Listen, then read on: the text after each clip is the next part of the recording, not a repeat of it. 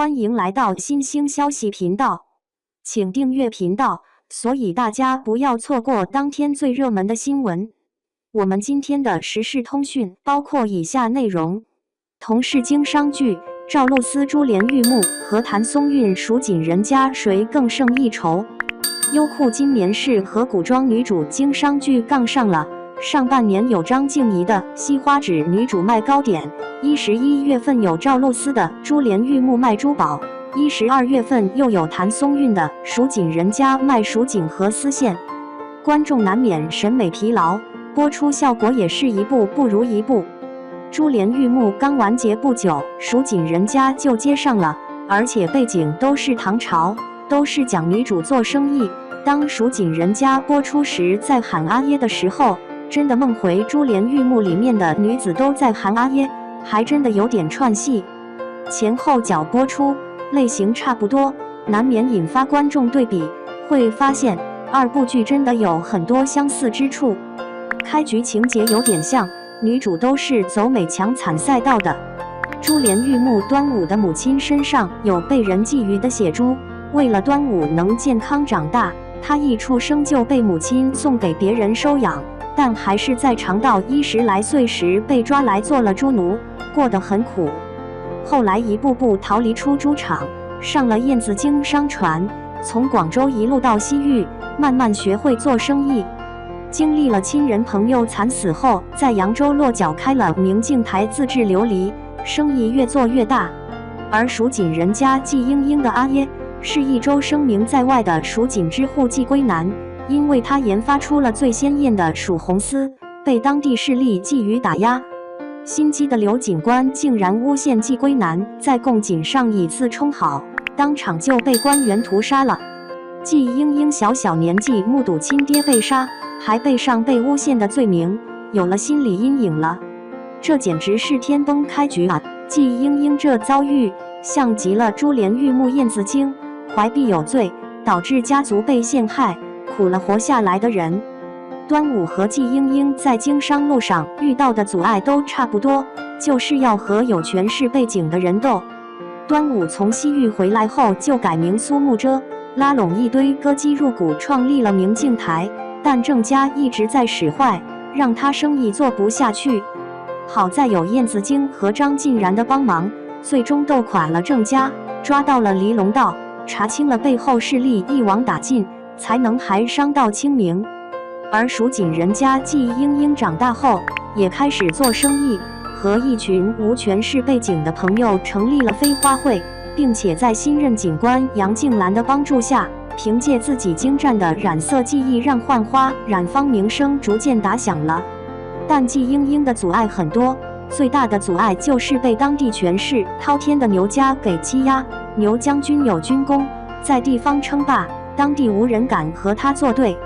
而牛五娘也是心狠手辣，草菅人命。在青梅竹马赵修元迫于家族压力迎娶官家牛五娘为妻后，季莺莺虽然悲痛万分，但她更加坚定了要守护家族利益和丝织技术，对于权势绝不屈服。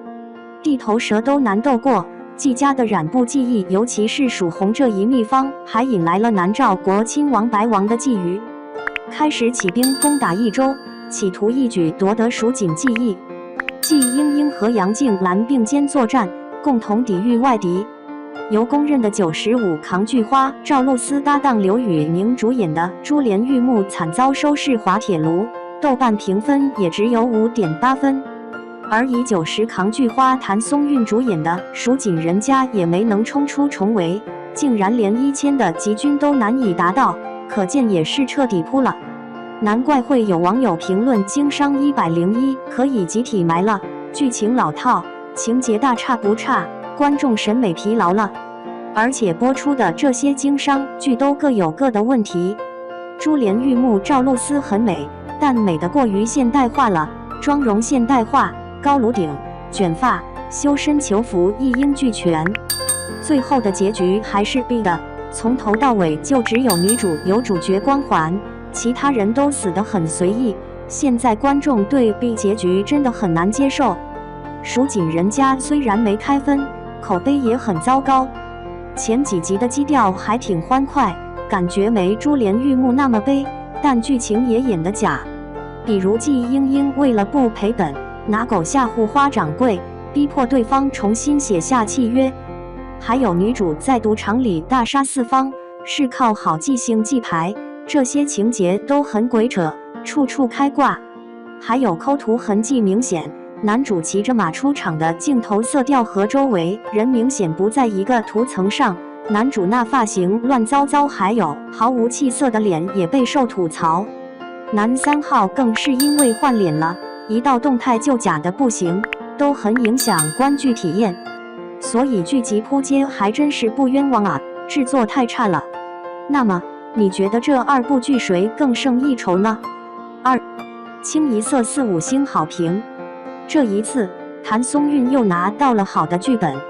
一提到古装爱情剧，大家想到的往往都是那些俊男美女，男主多是个高富帅，俩人之间的情感总得带点身份上的光环。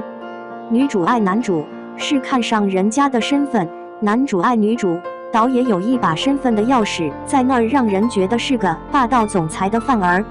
不过随着这类剧越来越多，导演们开始琢磨要拍出那种相互尊重的爱情。蜀锦人家这部剧就是个例子，男女主间的爱与敬意让不少观众为之点赞。蜀锦人家这部剧还是老样子，剧情套路满满，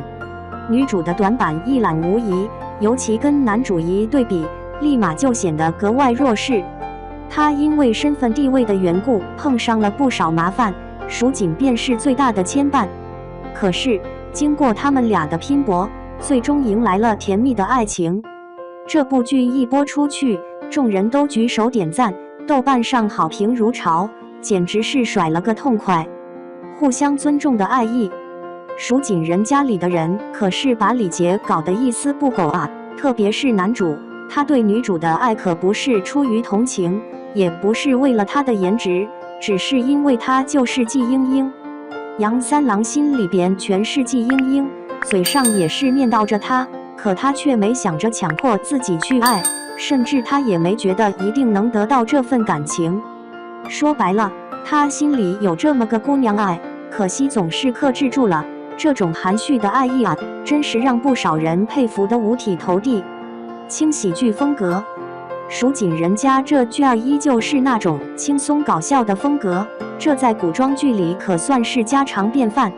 轻松搞笑让观众们看得舒坦，就像季英英勇敢的跟恶霸拼了似的，恶霸一上场，逗趣智慧就跟着来了，接着还会有一堆看上去特别讨厌的大反派被主角整得哭笑不得，这样一来整部剧就特别有意思。现如今的观众就是爱看这种带点儿逗乐子的故事，尤其是主角们对付各种反派时的表现，那种让反派跌破眼镜的感觉更是让人捧腹大笑。配角角色鲜明，蜀锦人家这部剧可真是对配角下了不少功夫。季英英的哥哥，一个总是扛着鼓里的家伙，表面上看着像个死板的书呆子，其实啊，他那点死板是社会和教育给的，但他心里却是个大好人，啥事儿都愿意改。再说季英英一路上邂逅的那些有意思的人，个个都不是冲着她的美貌去的，也不是想来显摆她的聪明，他们就想着陪着季英英，让她的旅途不那么冷清。虽然有些角色戏份不多，但个个都活灵活现，特点鲜明，让人记得住。女主设计好，嘛说呢，古装剧里观众最瞧得上的就是男主女主，就算配角再厉害，女主的角色设计可是无比重要的。比如这部剧的季英英，简直就是个全能的高手，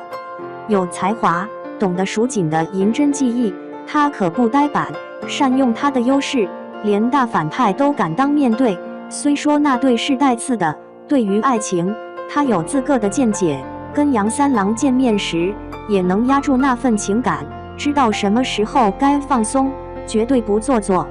真心就是个让人喜欢的不行的姑娘，季英英简直就是个宝贝。蜀锦人家这部剧其实有点悲伤的味道，不过女主依然乐呵呵地过着日子，依然能一身漂亮的和坏人对抗。